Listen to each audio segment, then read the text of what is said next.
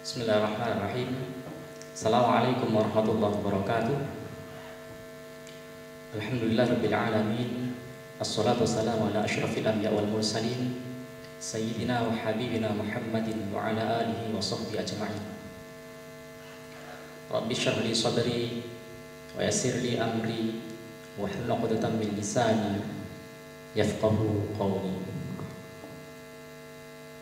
Yang terhormat Kepala Mansatu Pamekasan Bapak Noman Afandi, yang saya hormati para Dewan Guru Mansatu Pamekasan, dan yang saya banggakan semua siswa-siswi peserta Matsamang Mansatu Pamekasan. Yang pertama, marilah kita panjatkan puji syukur kita kepada Allah Subhanahu wa Ta'ala, karena kita masih diberi kesehatan dan kesempatan sehingga kita bisa bertatap muka walaupun dari jarak jauh seperti saat ini. Salawat serta salam semoga tetap tercurah limpahkan kepada junjungan kita Nabi Muhammad SAW, karena berkat perjuangan beliau kita bisa menikmati manisnya iman seperti yang kita rasakan saat ini.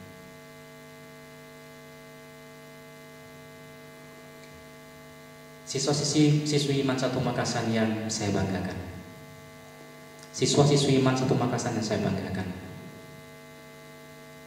kita belum pernah bertatap muka, belum pernah berkenan, belum pernah bertemu, namun kita sudah harus melaksanakan masa ta'aruf ini dengan jarak jauh. Sungguh memang menyedihkan, tetapi apa daya, ini merupakan yang terbaik untuk kita semua, agar kita terhindar dari hal-hal yang tidak kita inginkan ini. Dan mudah-mudahan hal ini, pertemuan jarak jauh ini, tidak menyurutkan semangat anak-anakku sekalian, siswa-siswi baru Mansatu Pamekasan ini. Saya Abdul Basit, guru Mansatu Pamekasan dan menjabat sebagai asisten kurikulum Mansatu Pamekasan, dan hari ini saya kebagian mengisi masa ta'aruf ini, yaitu di materi proses pembelajaran daring selama masa COVID-19. Sebelum ke inti, ada beberapa hal yang ingin saya sampaikan ke kalian, terutama siswa atau siswi yang menempuh pendidikan di SMP. Di MAN ini ada beberapa perbedaan kalau dibandingkan dengan semasa kalian di SMP. Kalau di MTS mungkin sama. Yang pertama misalnya di pelajaran PAI. Kalau kalian dulu di SMP, kalian itu belajar PAI satu maper, yaitu pendidikan agama. Tapi kalau sudah di MAN ini, Madrasah Aliyah Negeri 1 Pamekasan ini, PAI itu dipecah menjadi beberapa mata pelajaran, yaitu yang pertama ada Al-Quran Hadis, ada Akidah Akhlak, ada Fikih, ada SKI, bahkan ditambah lagi dengan bahasa Arab,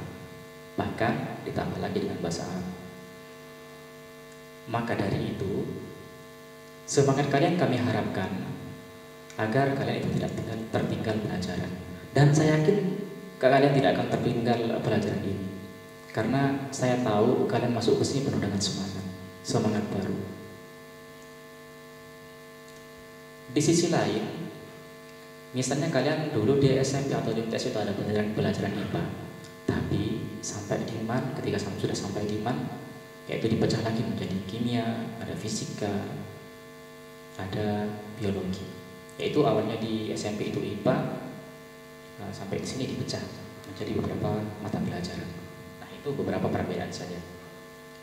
Nah, berikutnya perbedaan yang ketiga, kalian masuk ke Madrasah Aliyah Negeri 1 Pamekasan ini sejak kelas 10 sudah langsung harus memilih jurusan, yaitu antara jurusan IPA atau jurusan IPS atau jurusan bahasa atau jurusan keagamaan. Maka dari itu saran saya kepada kalian, tolong jangan sampai terpengaruh teman untuk pemilihan jurusan. Jangan sampai terpengaruh oleh teman, terutama teman akrab untuk pemilihan jurusan. Jangan juga ikut-ikutan. Karena teman akrab pilih jurusan di IPA, maka kalian itu milih IPA. Teman akrab milih IPS, kalian pun milih IPS. Mengapa demikian? Suatu saat kalian akan menyesal. Sesuaikan pilihan tersebut dengan minat, bakat, dan cita-cita kalian esok hari. Sesuaikan dengan minat, dengan bakat, dan cita-cita. Jangan coba-coba menjaga image. Misalnya anak IPS terkenal dengan nakal, dengan ini macam-macamnya. Sudah banyak kasus, sudah banyak permasalahan, sudah banyak fakta di mana dulu ketika kami arahkan, kamu enaknya di IPS. Siswa kan misalnya kami arahkan masuk di IPS. Ternyata yang bersangkutan tidak mau dan memaksakan diri untuk masuk di IPA. Ternyata apa yang terjadi ketika yang bersangkutan lulus dari IPA, dia ngambil jurusan IPS, yaitu perbankan syariah, ngambil jurusan ekonomi, ngambil jurusan akuntansi. Padahal selama di IPA dia itu di IPA. Memang tidak salah, tapi seharusnya itu di IPS. Biar basicnya atau dasarnya itu di IPS. Nah, ini bukti nyata, sangat banyak kasus seperti ini. Ketika sudah alumni, sudah keluar, yang bersangkutan itu pindah jurusan. Awalnya di MAN IPS, ternyata ke IPA. Awalnya di MAN IPA, ternyata ke IPS, di perguruan tinggi. Nah, itulah salah satu pertimbangannya. Sehingga apa? Kalau misalnya kalian punya cita-cita ingin menjadi perawat, maka pilihlah IPA. Kalau ingin misalnya bercita-cita ingin menjadi akunting, maka silahkan ke IPS. Kalau misalnya ingin menjadi ekonom, maka silahkan ke IPS. Kalau misalnya mau jadi analis kesehatan, nggak apa-apa, maka itu ke IPA. Nah ini, maka dari itu silahkan tentukan sekarang. Maka nanti MAN itu akan menawarkan ke kalian yaitu lewat angket dan diadakan tes peminatan. Nah di tes peminatan tersebut, di tes pemetaan yang mana nanti hasil tersebut menjadi salah satu acuan bagi MAN untuk menentukan kalian itu di IPA atau di IPS. Nah ini, maka dari itu anak-anakku sekalian, dalam hal ini untuk pemilihan jurusan dan tes pemetaan itu tolong jangan dibuat main-main. Berikutnya, seperti yang saya katakan di awal, kita masih belum bertemu, kita belum pernah bertatap muka, kita belum mengenal, namun kita harus sudah berkenalan dan pembelajaran dari jarak jauh. Saya tidak dapat membayangkan bagaimana sulitnya kalian di rumah. Saya tahu kondisi kalian, ada yang tidak punya Android, ada yang punya Android tapi tidak punya paket data, ada yang tidak punya HP sama sekali, dan macam-macamnya. Nah ini menjadi persoalan global di Indonesia terkait dengan masalah ini. Maka dari itu, karena kita patuh pada peraturan, kita selama COVID-19 ini mengadakan pembelajaran dari jarak jauh, yaitu misalnya dengan cara pembelajaran daring menggunakan media WhatsApp, Telegram, atau menggunakan YouTube dan lain-lainnya. Nanti ketika kalian sudah masuk pembelajaran di Madrasah Makassar ini, sudah punya kelas, maka guru-guru kalian akan menginformasikan media-media apa yang akan kalian gunakan selama belajar jarak jauh ini. Sebenarnya pembelajaran jarak jauh ini walaupun misalnya memang agak sulit, tetapi mau tidak mau kita harus hadapi dan yakinkan bahwa kita bisa. Dengan belajar jarak jauh, sebenarnya guru bukan lagi menjadi fokus kalian dalam belajar atau sumber ajar. Kalian banyak bisa mencari informasi di luar, misalnya dari internet, dari YouTube atau media-media yang lain. Terus berikutnya untuk sumber belajar, MAN 1 Makassar akan menyediakan buku pinjaman.